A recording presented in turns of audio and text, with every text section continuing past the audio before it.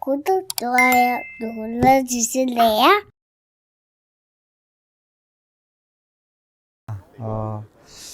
이 네파란 세이버는 각 캐릭터들이 각각 주어진 환경 내에서 성장해가는 이야기예요. 근데 이제 이 골고루 성장하는 이야기를 한 무대 안에다 끌어들이려면은 좀 더 많이 알고 잘하는 어떤 그런 배경이 필요해서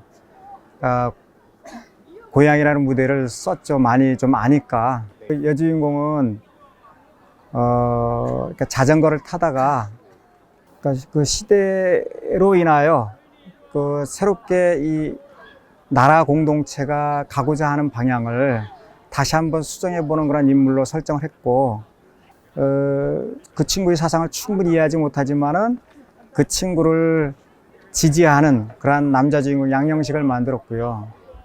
이 친구는 이제 사고로 다리를 쓰지 못하게 돼서 자전거 선수로서의 생명이 완전히 끝나는데, 이것도 또 하나의 성장이라고 생각하고, 그 이제 남자 주인공, 그 원래 주인공 대한이도 당시 어떤 정치물랑 관계없이 성장해 가는데, 이러한 각각의 주인공들이 성장해 가는 이야기를 한 무대에 다 끌어들이고 싶었는데, 그 무대가 작가가 잘 알지 못하면은 그렇게 그 한 무대 안에 다 끌어올 수가 없거든요. 그래서 좀 익숙하고 많이 아는 동네, 이걸 이제 고향을 생각하게 돼서 고향을 무대로 끌어들인 겁니다.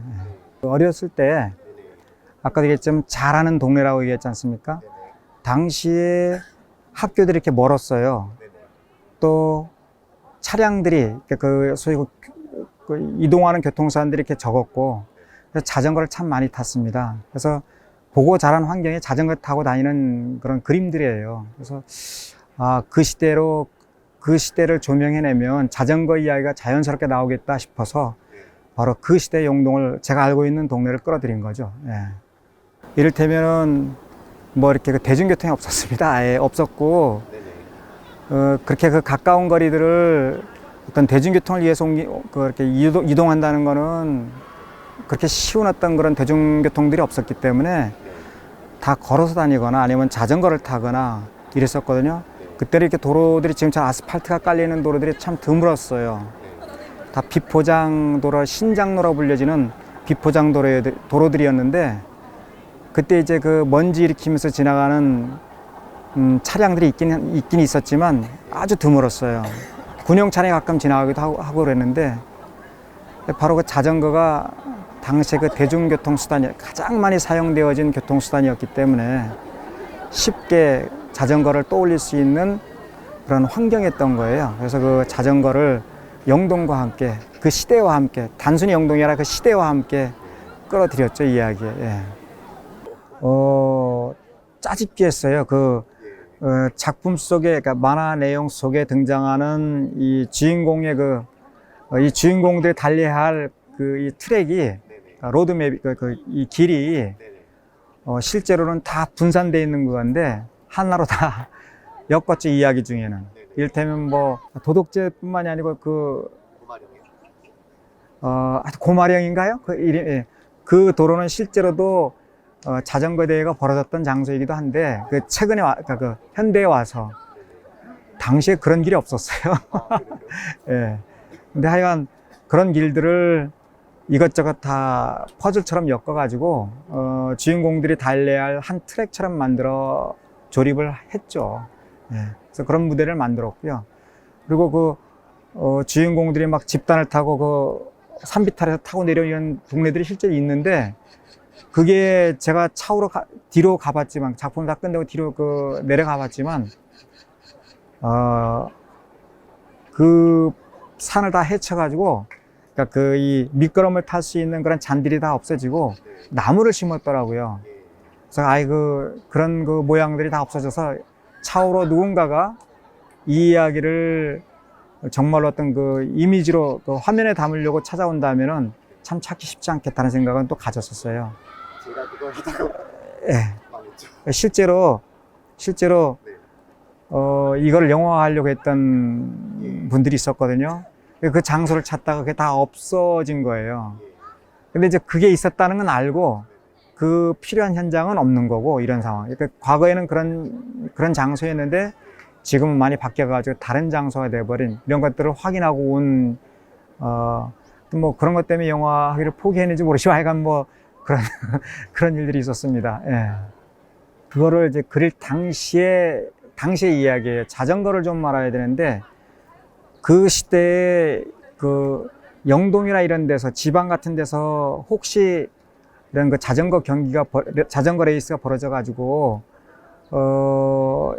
그런 그 어떤 기록이 있다면은 그걸 찾았을 텐데, 전혀 그런 기록들을 보관하고 있지 않고요. 그래서 할 수 없이 의정부에 벨로드럼이 있습니다. 우리나라에 몇 군데가 있었는데, 당시에 그 헌팅할 때요.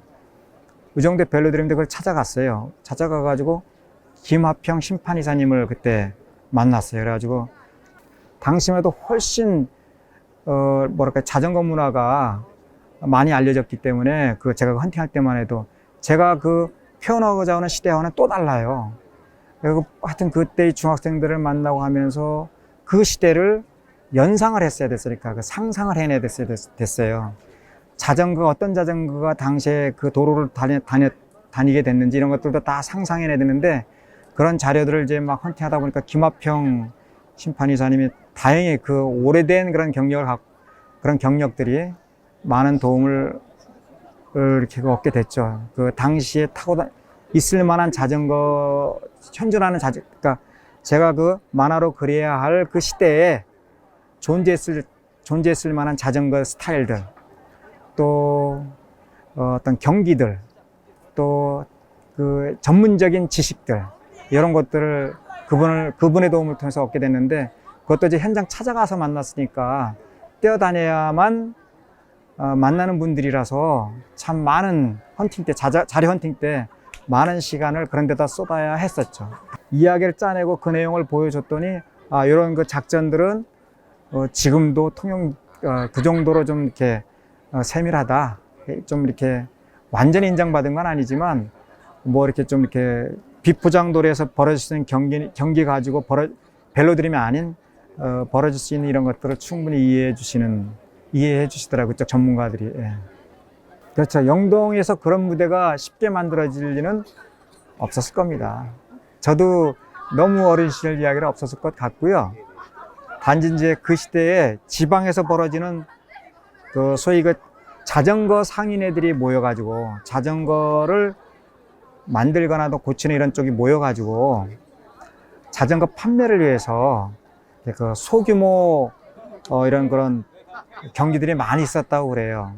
그래서 그런 모양 가지고 경기를 벌이면 되겠다 싶어서 그런 인물들이 자전거를 가지고 이제 그 시대 때 필요한 그 자전거 부흥을 위해서 벌이는 고만한 정도의 게임을 그 이야기 내에서 끌어내고 바로 이끌어갔죠. 예.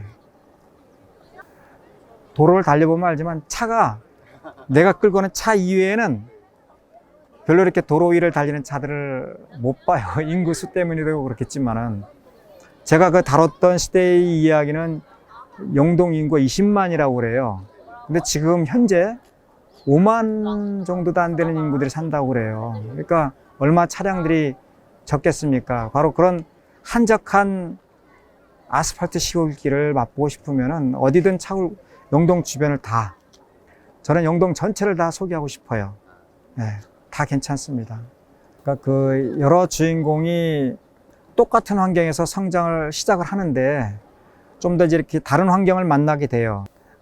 그네들이 성장하는데 활용되어진 환경들을 보다 보면은 모양은 각각 다 다르지만 궁극의 목표는 하나예요. 그러니까 시대도 소화해내려고 애를 썼고, 또 각 주인공이 개인적인 성장도 만화 안에 이야기를 끌어들이려고 애를 썼고, 이제 이런 모습들을 보게 될 겁니다.